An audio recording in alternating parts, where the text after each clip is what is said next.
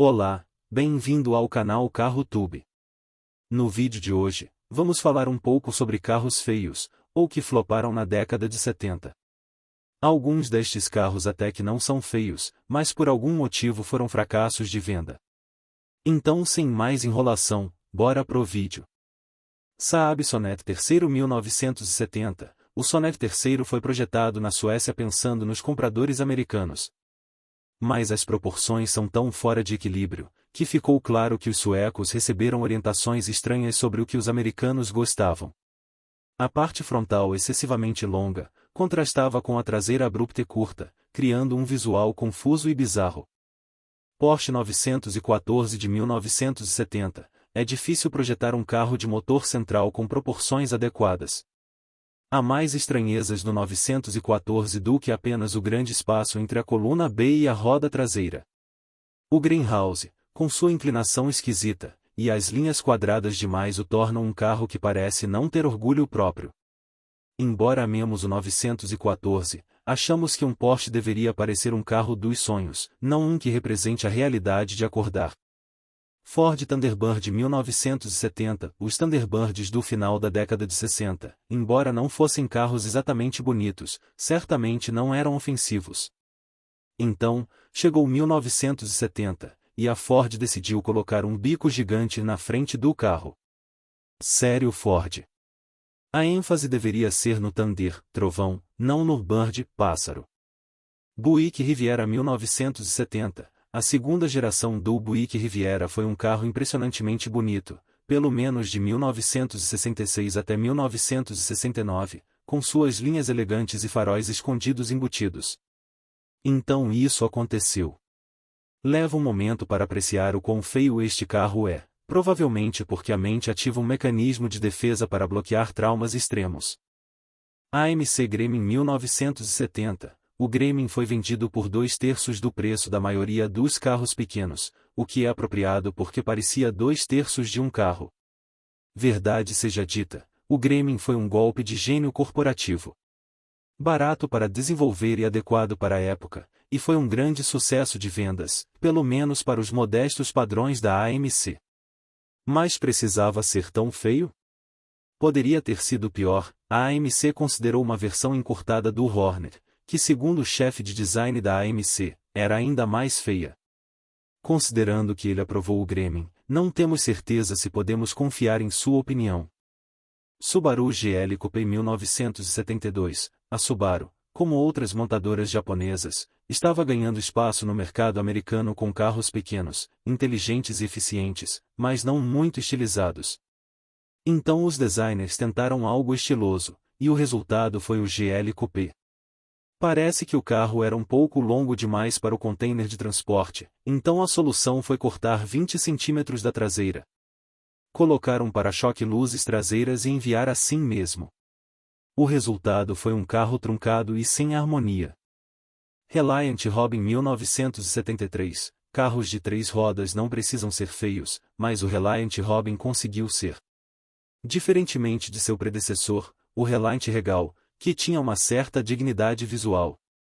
O Robin parecia exatamente o carro que você compraria se não pudesse pagar por algo que fosse exatamente um carro. Ele era austero, desajeitado, e parecia implorar por um mínimo de afeto, coisa que poucos estavam dispostos a oferecer. Leyland P76, 1973. Para aqueles que acham que a British Leyland apenas atormentava os britânicos, o P76 prova que a infâmia da montadora foi exportada para os confins da comunidade britânica. O P76 foi um grande carro australiano com um design em formato de cunha que parecia ter sido feito para desmotivar qualquer nostalgia pelo Império Britânico. Além de ser feio, foi construído com a falta de qualidade característica da Leyland. Vandenplas 1500, 1974. Baseado no Austin Allegro, o Vandenplas 1500 foi um exemplo extremo de engenharia ruim.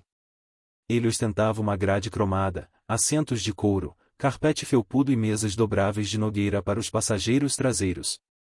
Apesar disso, o carro mantinha a qualidade questionável do Allegro. O preço quase dobrado em relação ao modelo base tornava o Vandenplas ainda mais difícil de justificar. Sebring Vanguard City Car 1974. Se você já se perguntou como os carros elétricos ganharam a fama de carrinhos de golfe glorificados, o City Car é um exemplo.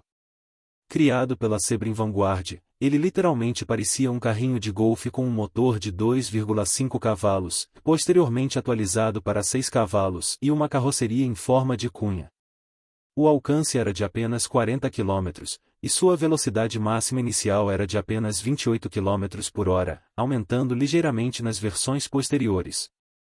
Sua aparência e funcionalidade fizeram com que poucos se sentissem confortáveis em dirigir um Bricklin SV1, de 1974.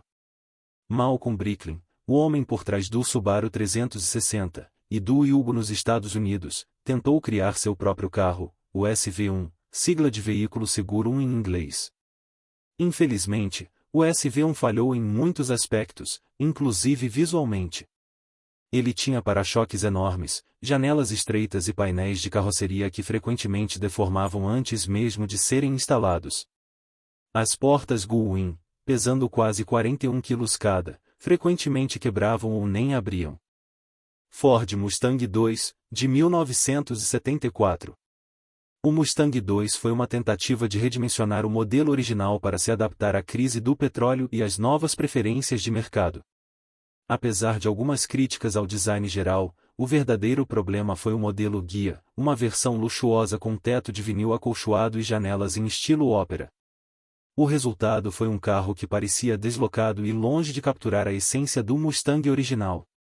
British Leyland Princess 1975. Originalmente introduzido em outras marcas, como Taustin, Morris e Wolseley, o Princess eventualmente se tornou uma marca própria, aparentemente porque nenhuma outra queria associar-se a ele. Seu design em forma de cunha era estranho, e sua falta de confiabilidade tornou o carro um símbolo da decadência da British Leyland. Pouco tempo após seu lançamento, a empresa entrou em colapso e precisou ser nacionalizada.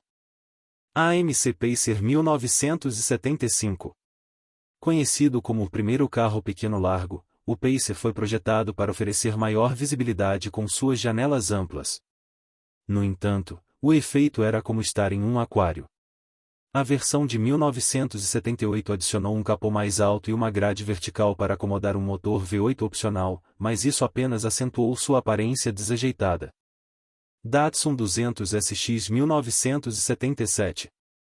Um coupé esportivo com motor de 2 litros, o 200 SX foi criticado por ser lento demais para um esportivo, e beberrão demais para um carro econômico. Sua grade dianteira era comparada a um barbeador elétrico, e sua rápida propensão a enferrujar completaram o quadro de fracasso do modelo. Leata Caballero 1977, Chevrolet Chevette modificado. O Chevrolet Chevette original já era conhecido como um carro lento, barulhento e pouco atrativo. Mas Donald Steinbach, de Port Falls, decidiu modificar o modelo adicionando 158 kg de fibra de vidro e massa plástica, inspirando-se no estilo do Monte Carlo de primeira geração. O resultado foi um carro Frankenstein, vendido por quase o dobro do preço do Chevette original. Ele produziu cerca de 100 unidades, incluindo versões estilo El Camino, que eram ainda mais ridículas. Steinbach perdeu dinheiro no projeto. Para encerrar este vídeo, vou te mostrar que se você colocar a roda certa, e a altura certa, até o carro feio se transforma. Nos vemos no próximo vídeo.